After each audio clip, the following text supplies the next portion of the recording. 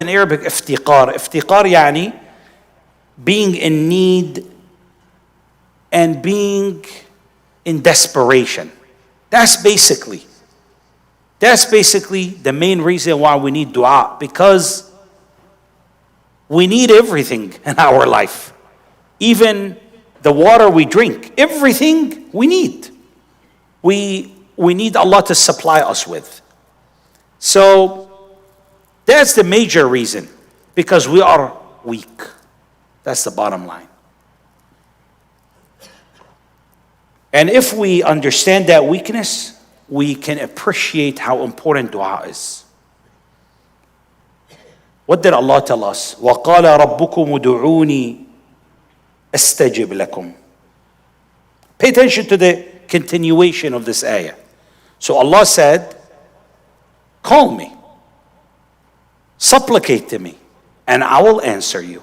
Now pay attention. إن الذين يستكبرون عن عبادتي سيدخلون جهنم داخرين. Those who are too arrogant to worship me, they will enter Jahannam in a state of humiliation and disgrace. Now look at this. Allah alluded to the dua that is the ibadah. But pay attention to the thing. إِنَّ الَّذِينَ يَسْتَكْبِرُونَ عَنْ عِبَادَتِي means the people who feel they don't need Allah. They don't need to make dua, you see? So it's almost like if we don't make dua, almost like we're telling Allah, we don't need you. We're good. We got our things together. We don't need help. This is how it comes off. Yes, it is a part of kibr, of arrogance. So that's why we need to have that. So that's the first important idea to understand. Making dua to Allah is anti-arrogance and anti-kibr. So that's a very important concept to have in our mind. Very interesting phenomena that happens in real life shows you that we have an internal need for dua. Allah talked about that phenomena in the image of those people who are in the sea, and then a big storm came, and then when the boat starts shaking, they say, oh ya Allah, save us. They might not even be believers. God, if you're there, help me. So there is internal need. When we feel weak, when we feel helpless, we call out.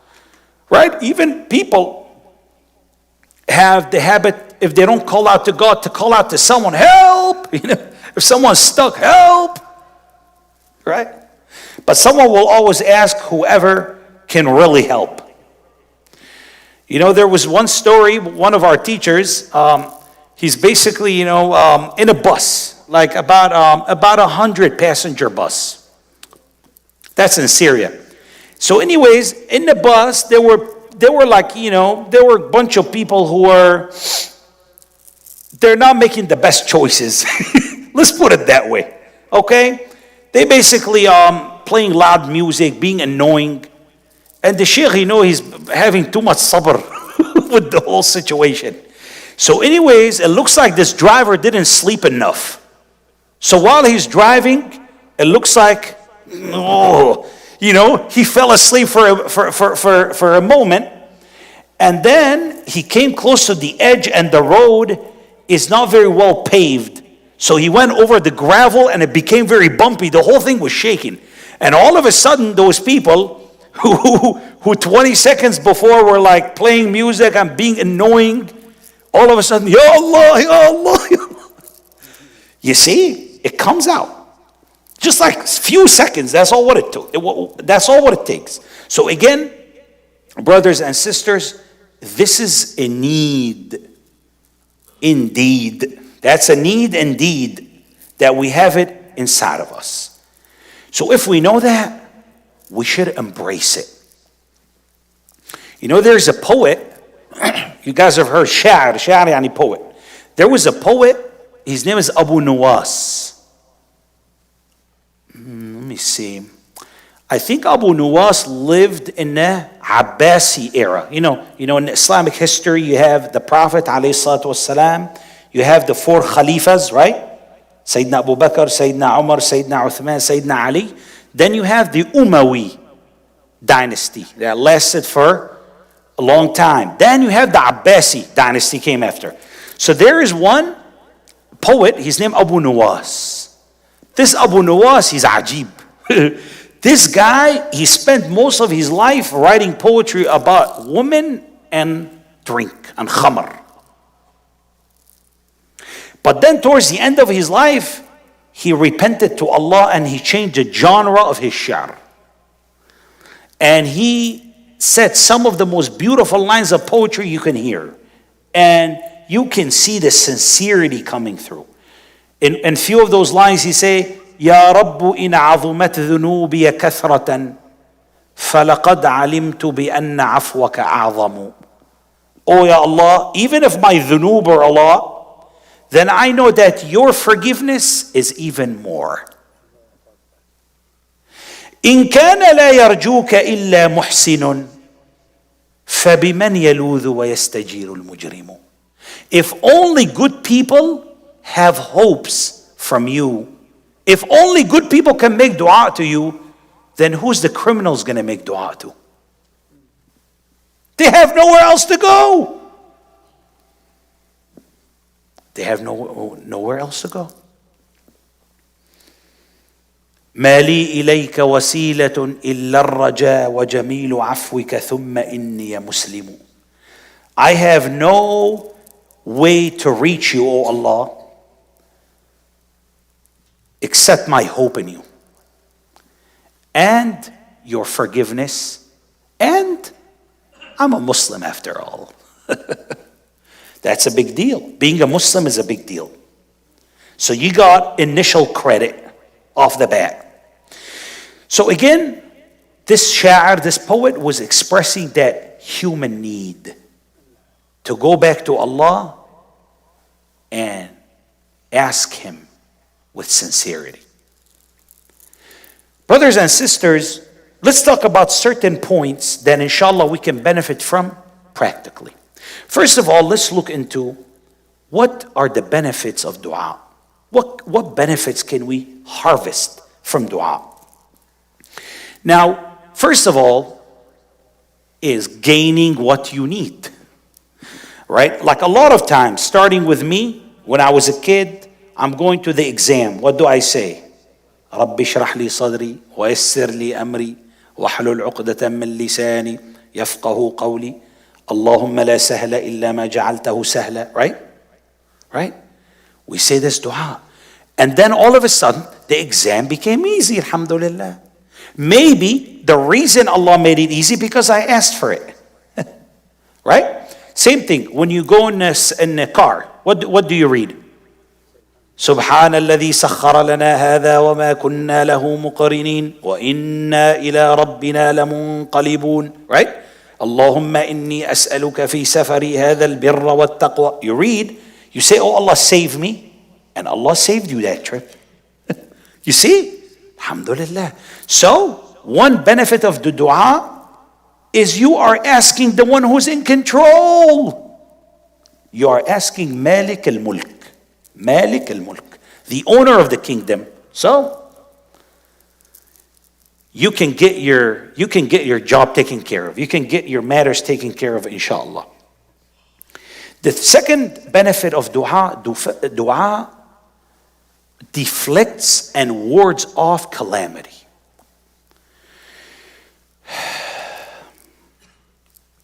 Someone might say, well, I mean, I did dua and I didn't notice any calamity was canceled.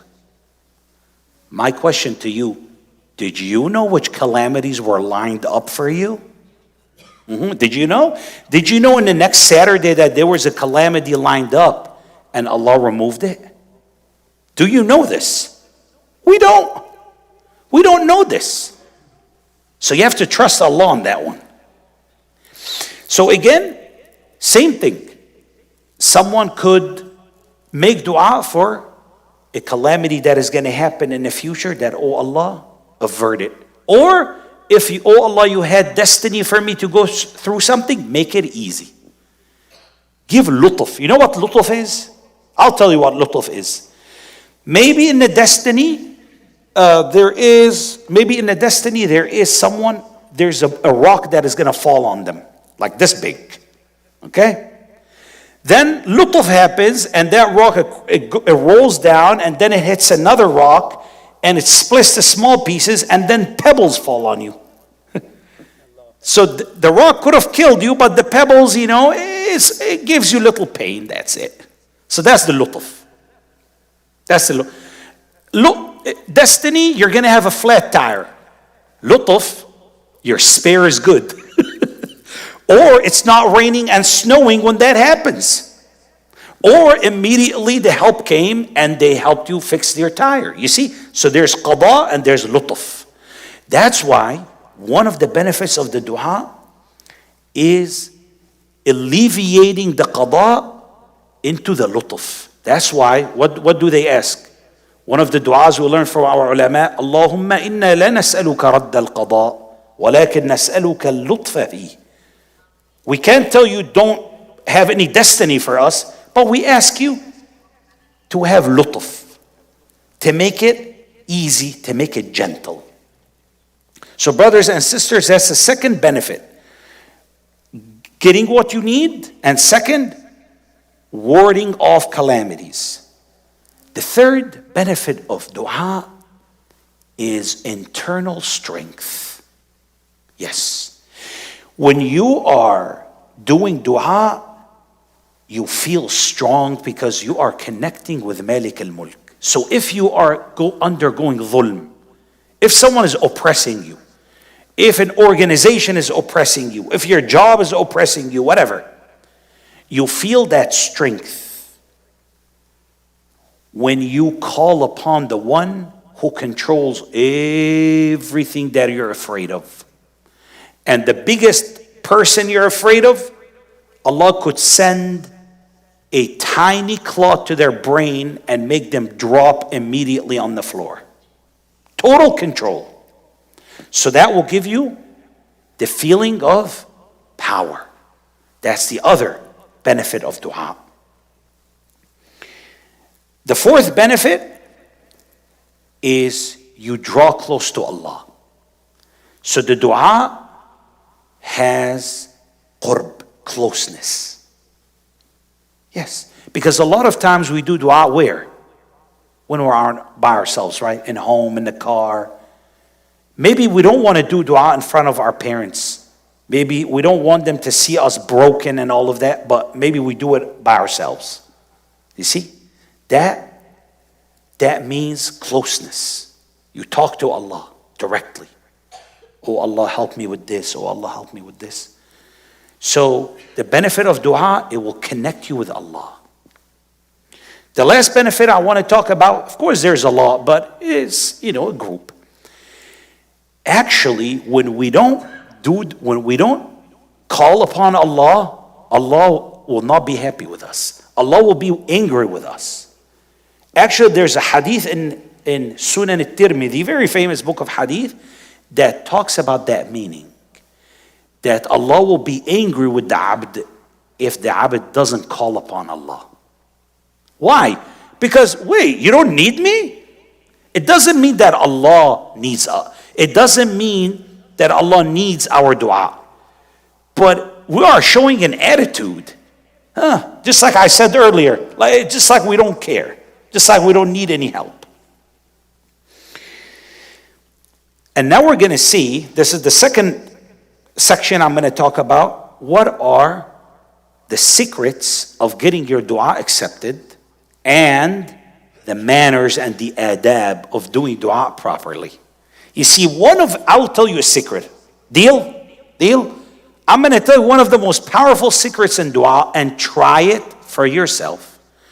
And if it doesn't work, your money back. You know how they say, your money back guarantee? Your money back guarantee if it doesn't work. Here it is. Feeling servitude towards Allah. Yani, when you make dua, you feel totally helpless, totally worthless, totally incapable to do anything. This is not something you say with your tongue.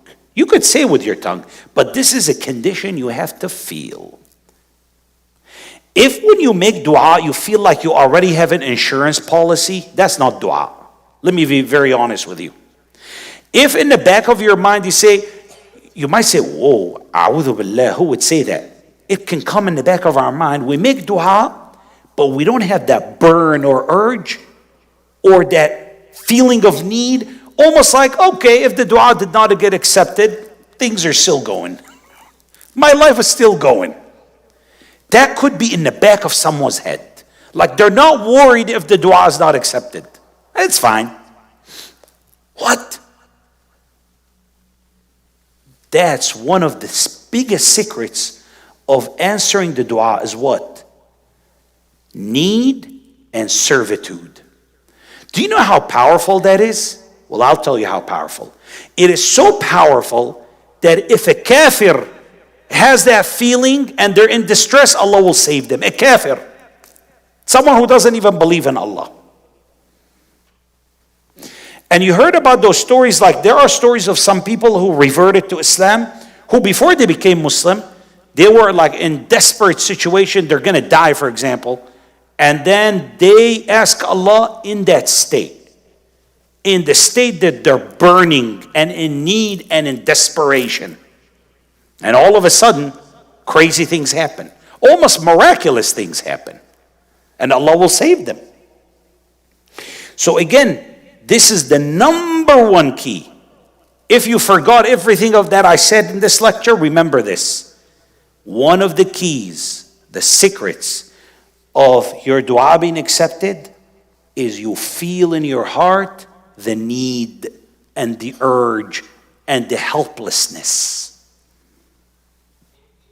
Yes. Of course, other than that, other than the qalb part, we raise our hand. Why? Almost, give us. See? Give us. We need. That's a body language that is supporting that feeling, right? And then,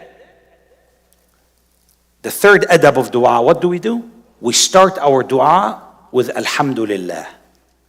And As-salah was-salam ala Rasulillah sallallahu alayhi wa sallam. Let me tell you very simple so you don't forget it.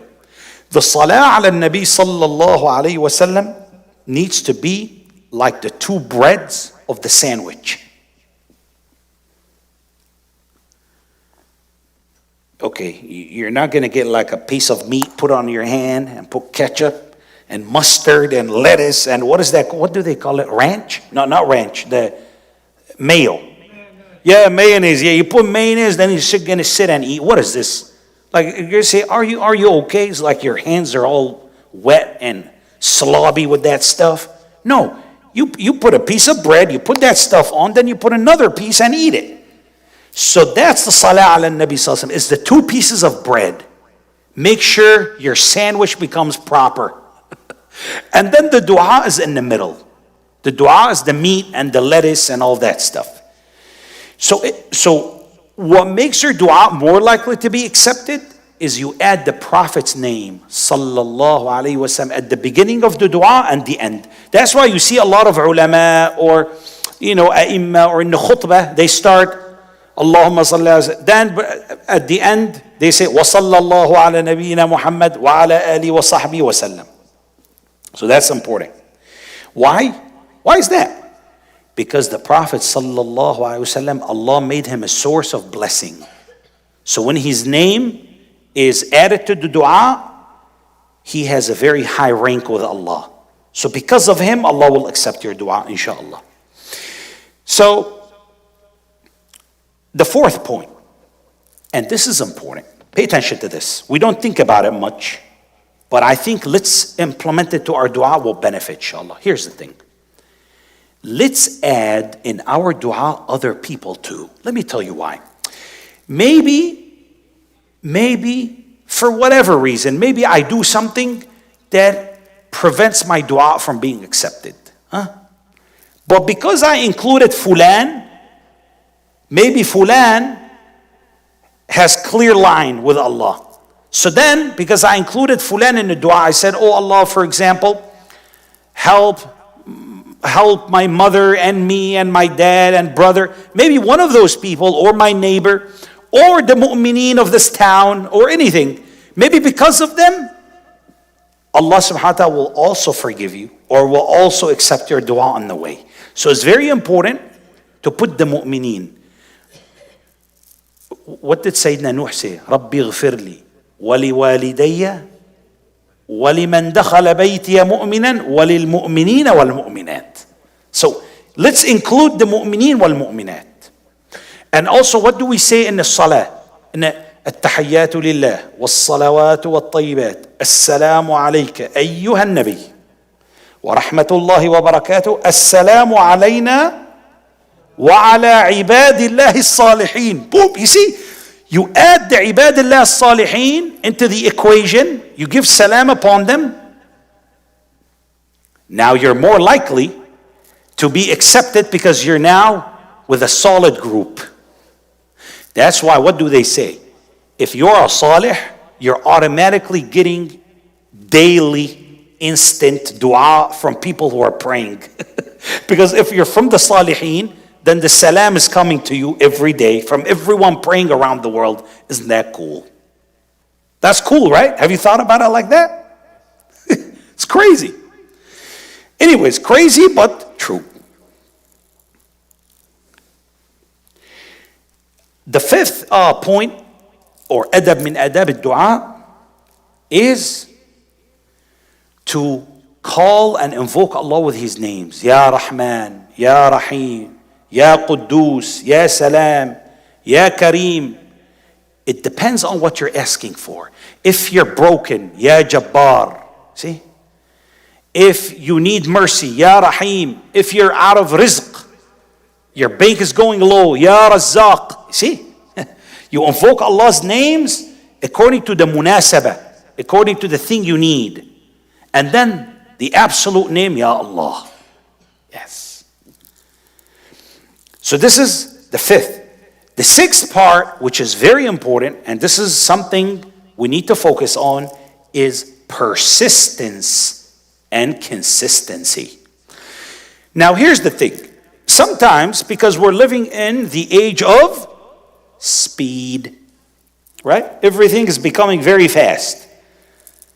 Even, what do? They have this dash door or something, DoorDash. They get the food to your house. Khalas. Uber Eat to your house. Push button, the food comes. Kullu بسرعة. You buy things instantly online. Download apps. Kullu instantly. You're getting everything very quick. So same thing. We think, Ya Allah, Allahumma rahamna. Where's the natija? You know, like we make dua one time. Ya Allah, where's the change? Nothing's happening. Oh my God. You see, we got used to everything happening fast. But it doesn't work that way. Allah's going to answer your dua according to His terms, not your terms. And according to His timing, not yours. So Allah loves the abd when they persist. I think you can guess why. Because it goes along with your servitude to Him and your submission to Him. That goes along with our submission to Him. Because when we're coming again and again and again and asking again and again, we're telling Allah, oh Allah, we need you, we need you, we need you. That's against what? Against the kibr. Or saying, I don't care. No, oh, we need you. See that? That is the thing that is going to get you there. So, ilhah. So Allah loves the abd al-lahuh, yani that keeps making dua again and again and again.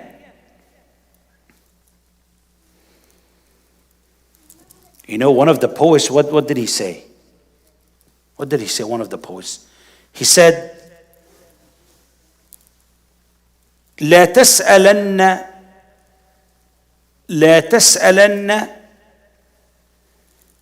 بني لا تسألن من ابن آدم حاجة. Don't ask anything from anyone. لا تسألن من ابن آدم حاجة وسل الذي أبوابه لا تحجب. Don't ask anything from the sons of Adam, but ask the one whose doors are never closed. الله يغضب إن تركت سؤاله وبني آدم حين يسأل يغضب. So Allah will be angry if you don't ask him, but the Bani Adam, when you ask him, they get angry. So that's why we should ask Allah subhanahu wa ta'ala time and time and time and time again.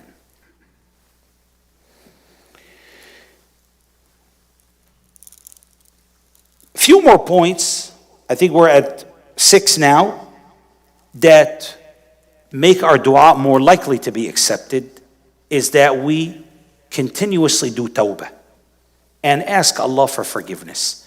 Because Sayyidina Nuh taught us that in the Quran.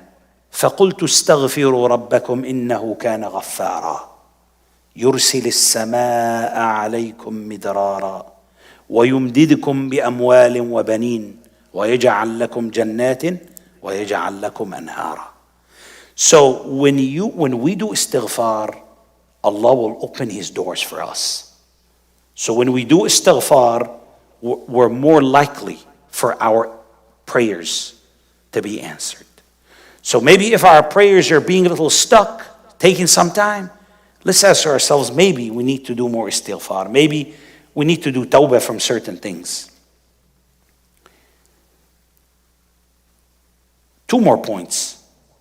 7, I think we're at 7. When we ask Allah, we should ask Allah with certainty. We shouldn't ask Allah in a wishy-washy manner. Like, okay, oh Allah, if you want to do that for us, ask with certainty. Ask with a yaqeen that Allah subhanahu wa ta'ala will accept your prayers. Don't ask in a way that you're not sure or you're kind of hesitant. That shouldn't be the way. Someone should ask with certainty and with power, not with shakiness. The last point related to the adab of the dua and the secrets of the dua is, here's the thing, let's take advantage of the times that dua is more likely to be accepted. 1, between adhan and iqamah, like we had today. Between the adhan and the iqamah, that's a time that is more likely dua is accepted. 2, the last third of the night. Yes. That's when Allah subhanahu wa ta'ala extends His offer to all of His creation. To the people who want to go back to Him, want to repent to Him, want to ask Him, need help with their health, need help with their finances, need help with something, that's the time to ask. Another time, the time of rain, when rain is coming down, because the gates of heaven are open. 4th time, on Friday, between Asr and Maghrib. By the way, you see that time, Friday between Asr and Maghrib? That time, according to many of Ahlul Bayt, radiyallahu anhum wa an sahabati Rasulillahi ajma'in, they had the opinion that this is the time of ijabah. You know, on Friday there's a period of time where dua is mustajab, and that's been hidden. It's a mystery time. When is it? Different opinions. Or is it when the imam is on the mimbar? Is it between the 2 khutbahs? No, one of the most solid opinions, it is between Asr and Maghrib. So maybe this is a time, maybe we can get together with our children, read together Surah Al-Kahf, make some dua, make some dhikr. It's a very powerful time. The day of Arafat, that's coming soon inshallah. The day of Arafat, that's a powerful day of answering the dua. So brothers and sisters, let's look into these times of the day, of the week, and of the year. That dua is more likely to be accepted, and let's use that. Then there are places dua is more likely to be accepted. in the Prophet's masjid, in the Kaaba, next to the multazam, next to the door of the Kaaba. See, those places, they are holy places that Allah put barakah in, that Allah subhanahu wa ta'ala is more likely to accept the dua. Brothers and sisters, there's another thing very important, and in my opinion, it is something we need to know about. Today I can't go in details, but I'm going to say very generally. There's something that a lot of Muslims, they fight over. And wear boxing gloves. Fighting over. And it's the whole issue of tawassul. Tawassul, what does tawassul mean? It means like when someone is doing dua, they say, oh Allah, for the sake of the Prophet ﷺ, something, give me this or that. Ya Jama'ah, for the sake of Allah. This whole issue is not a aqidah issue. This is the problem. People take this issue and make it a aqidah issue, and either you do it or you don't do it, you're considered either a Muslim or not, or your deen is like half good or half not good. Ya Jama'ah, this is a fiqh mas'ala. Do you know what fiqh mas'ala means? Means scholars differed about. Like for example, okay, in salah, you're praying behind an imam. Do you read the Fatiha or do you not read the Fatiha? Well, if you ask the Hanafis, they say you don't have to because the Imam is reading it on your behalf. If you ask the Shafi'i, they say no, you have to read it. Each one, they have their dalil. Yes, it's not coming from Google. No, those are scholars, solid in ilm, they have dalil. So this is the same thing. You have a lot of ulama said that's permissible. They have some ulama said it's not. Okay, if you're following that opinion, and you're convinced it's haqq, okay. But if people are doing something else, do not take them out of the deen or say you are dal or you are, no. This is not a aqidah mas'ala. This is not kufr and iman mas'ala. This is a mas'ala ijtihadiyya. Means it's based on ijtihad of scholars. Means every scholar understands the evidence differently. It's fine. Life goes on. Ummah continues to thrive. We don't have to make it such a big deal. That's the thing. We need to understand when something is khilafi, we should not make a fight about it against people who are doing it if they have a foundation to what they're doing. That's, inshallah, one day we're going to talk about that, like the whole lecture. How do we manage our differences of opinion in fiqh? And in the things of aqidah that are not the foundation. I'm not talking about the oneness of Allah. No, I'm talking there are things in aqidah that are not clearly stated in the dalil. They could be understood differently, and it's fine. It's okay. It's meant to be that way. One day, inshallah, we'll talk about that in depth. But again, I thought, because it's related to dua, I thought I will mention this. Now, there's two more points we want to talk about, and these are important. What are the things that could block our dua? Now, we learned why dua is important, right? And the benefits of the dua. And then, okay, what is more likely to get our dua accepted? What is the adab of the dua, ma'allah? Now, there are a few things that could actually be blocking our dua from even being sent.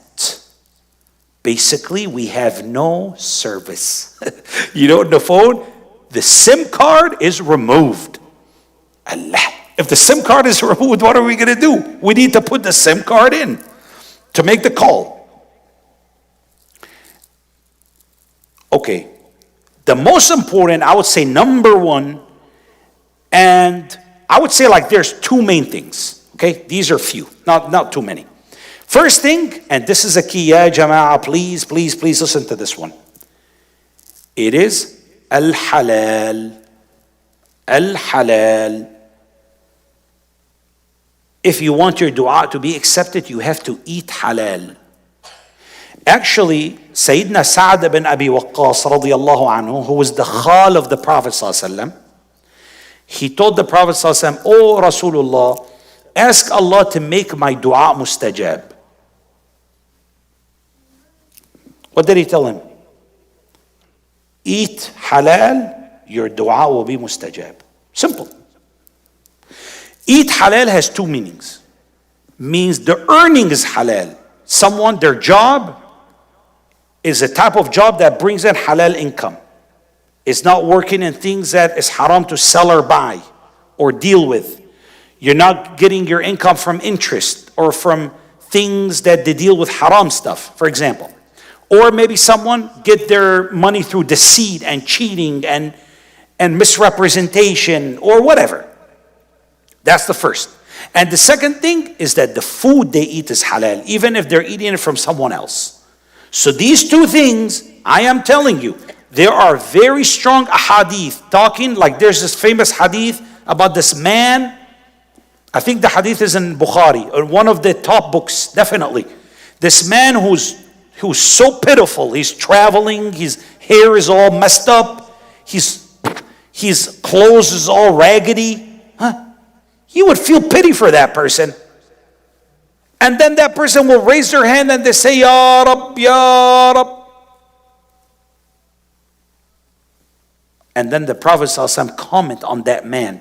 They say, this man was clothed in haram and fed haram. How is Allah going to answer his prayers? Ooh, you see this? So this is an important point. If you want your dua to be accepted, make sure you're not blocking it with earning haram or eating haram. Key. The second point, the dua should not be for something haram. Yeah, you see what I'm saying? Oh Allah, make me win the lottery. Ya Allah. You see what I mean? No. Oh Allah, give me a hookup. Allah. No. You see what I mean? So again, the dua has to be for something permissible. If you're making dua for something impermissible, what's the point? You see what I'm saying? So then, it's very likely it might not be accepted.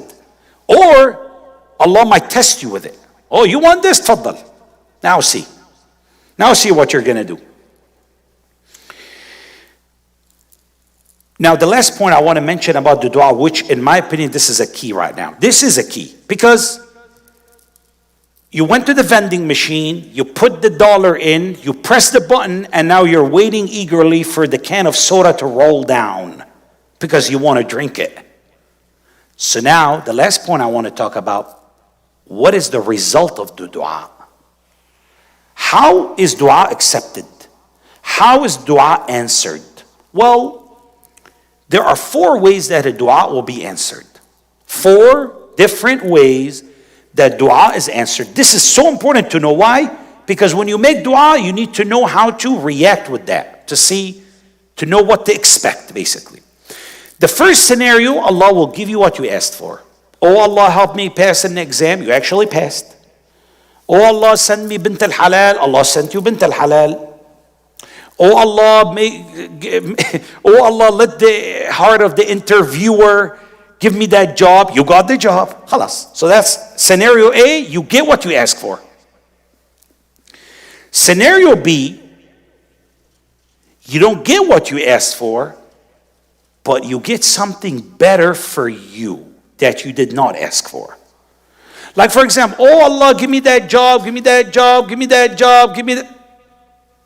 That job is not good for you. But I want that job, I want that job. You want it now.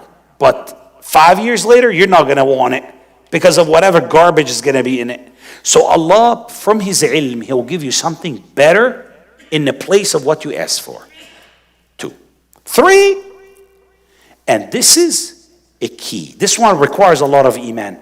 Allah will not give you what you asked for or an equivalent, but will remove a calamity that is lined up to come your way instead of you getting something. So instead of you getting something, a problem was averted. So instead of you going in the green, you're staying in the neutral instead of going in the red. And the last way of dua being answered is what? Allah will save for you the reward of your dua for Yawm al-Qiyamah. So example, you asked for something, you asked, but okay, You ask for this,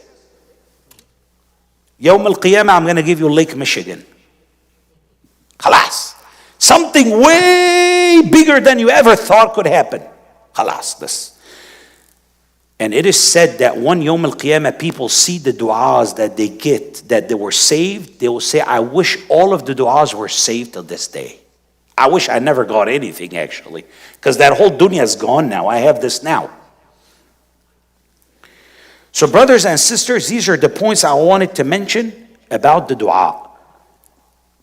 I would say we have 5 more minutes in Istikharah, because that's part of the title. Dua and Istikharah. And Istikharah is used a lot. So let's look into it. First of all, what does Istikharah even mean? I'm going to have you guess. Have you heard of the word khayr? Khayr. You've heard of it? You've heard of khayr. جزاك الله خيرا. What does khayr mean? Good. Very good. Very good. It means good. But what is istikhara? Khayr, istikhara. Oh, they're related. Okay, so the word istikhara is related to good. But what does it really mean? Yes, to choose or seek what's good. We're asking Allah, please choose for us what's good.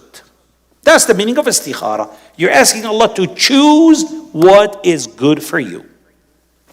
So that's the meaning of the Istikharah. What is the benefit of the Istikharah? You know what? Practically from my own life, like when I would go to see a girl for engagement, right? For marriage. You know, I would see the girl, I'll say, mashallah, amazing stuff. But here's the problem. I'm still in the window shopping. I didn't even go inside of the store, and I didn't even pull out my credit card or debit card, depending on how you go. And I am so sure that's the girl of my dreams. Or this is the car of my dreams, or the job of my dreams, or this of my dreams, or that of my dreams. But here's the problem. How do we make decisions? Based on what? Based on these, right? How far are these going to go? Like, right now, that looks good. But question, do we know how people will change in the future? Actually, do we know how we will change in the future? Can you guarantee after 5 years you're not going to change? Can we guarantee this? No, we can't guarantee. That's why we always ask Allah to keep us on the sirat al-mustaqim and keep us firm, because we don't know how our hearts will change. We don't know where we'll be. So that's the point. The benefit of Istikharah is you are asking for something you don't really know about. Because think about it, it's really crazy. You know how a lot of people, for example, someone going to come and engage your daughter or something. You can ask about them. You can check their Facebook accounts. You can check their information, what they call biodata or something. You can check everything. And you can be the most intelligent interrogator, and you get juice out of all of the information you need, and you can do everything right. And still, 2 years later, oh man, oh my God, it's like different person. It's like, where did all of that come from? What? It's like, what? Yes. Because we don't really know what could happen. That's why we are telling Allah, oh Allah, we're weak. We need your help. But here's the secret. You remember how I told you the secret of the dua? Submission. The secret of Istikharah is not to make up your mind and just to feel good about yourself. Ask Allah to choose for you. What's the point? You've already chose. You know, like, oh my God, I'm so crazy over that girl. Oh my God, I'm so crazy over that job. I'm already set in my mind. And please, I hope that Allah does not make it not work. I want it to work. Then, oh, you know what? Oh, sorry, I forgot to do Istikharah. Allahumma inni astakhiruka bi'ilmika wa astaghfiruka. What's the point of the Istikharah at that point? You've already made up your mind. So here's the secret. You want the Istikharah to work? You have to absolutely disconnect your heart from the thing you're asking about. You say, I have no clue. I need your guidance in this. I have no clue. I'm not even attached in any way. And if it's not going to work out, I'm not going to be sad. And if it works out, mashallah. So that's the key. I'm telling you, this is the key in istikharah. This is how to do it. You detach your heart from what you're asking for, and then you ask. So again, we know the benefit now, right? We are asking about things we could never predict or know because they're down in the future. But Allah knows the future. That's the thing. How do we do Salat al-Istikharah? We do 2 rak'at, nafil, and we try to focus in the Salah. We try not to wander around. Just focus. Once we're done with the Salah, Assalamu alaikum wa rahmatullah, Assalamu alaikum, we read the dua al-Istikharah. You can find it online. It's all over the place. Allahumma inni astakhiruka bi'ilmik. Oh Allah, I'm asking you based on your ilm to choose for me. Wa astaqdiruka biqudratik. And I'm asking you to destine for me according to your power and might. Wa as'aluka min fadlika al-azim. I ask you from your great bounty. فَإِنَّكَ تَعْلَمُ وَلَا أَعْلَمُ. You know, I don't know. وَتَقْدِرُ وَلَا أَقْدِرُ. You're able, I'm not. وَأَنْتَ عَلَّامُ الْغُيُوبِ. You know all of the unseen. Now you say, oh Allah, Allahumma, if you know that this matter you mentioned, oh Allah, if you know me marrying this girl named Fatima is better for me in fi dini, in my deen, and in my livelihood, and here's the key, and in my final outcome.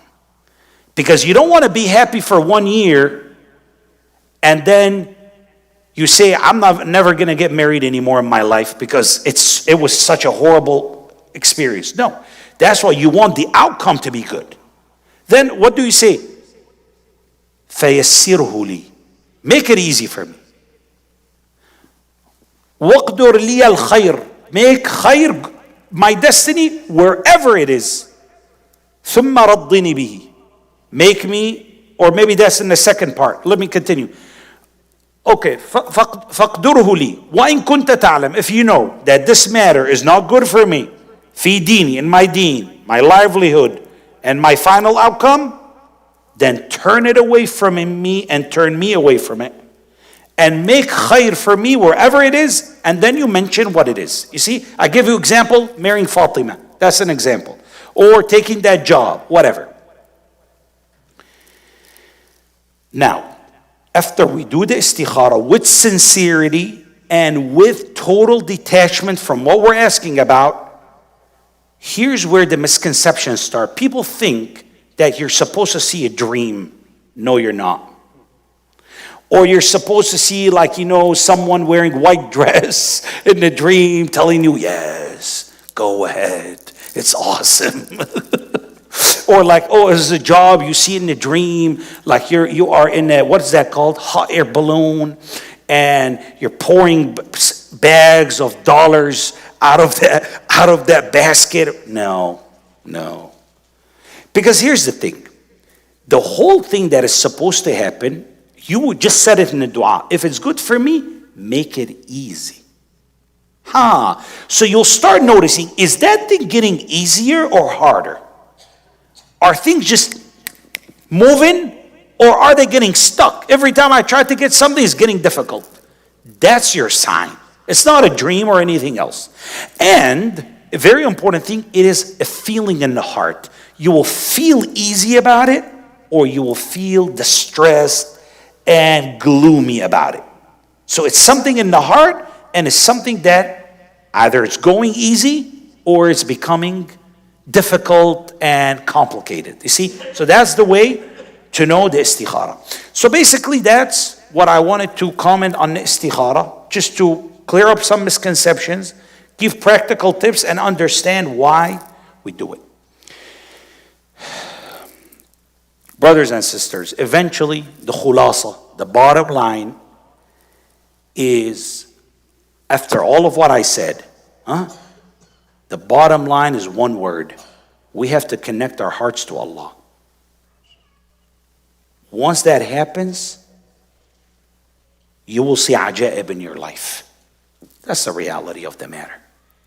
Allahumma salli wa sallim وبارك وأنعم وتكرم على سيدنا محمد صلى الله عليه وسلم، طب القلوب ودوائها، وعافية الأبدان وشفائها، وروح الأرواح وحياتها، وعلى آله وصحبه وسلم.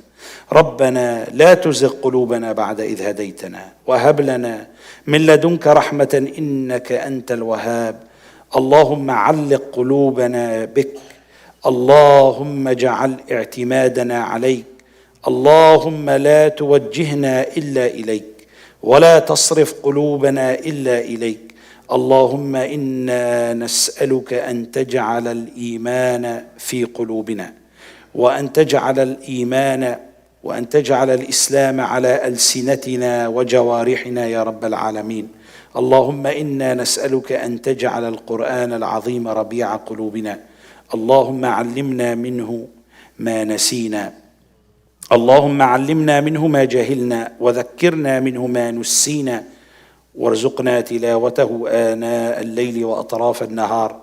اللهم يا ربنا آتنا في الدنيا حسنة وفي الآخرة حسنة وقنا عذاب النار. وصلى الله على سيدنا محمد وعلى آله وصحبه وسلم، والحمد لله رب العالمين. بارك الله فيكم.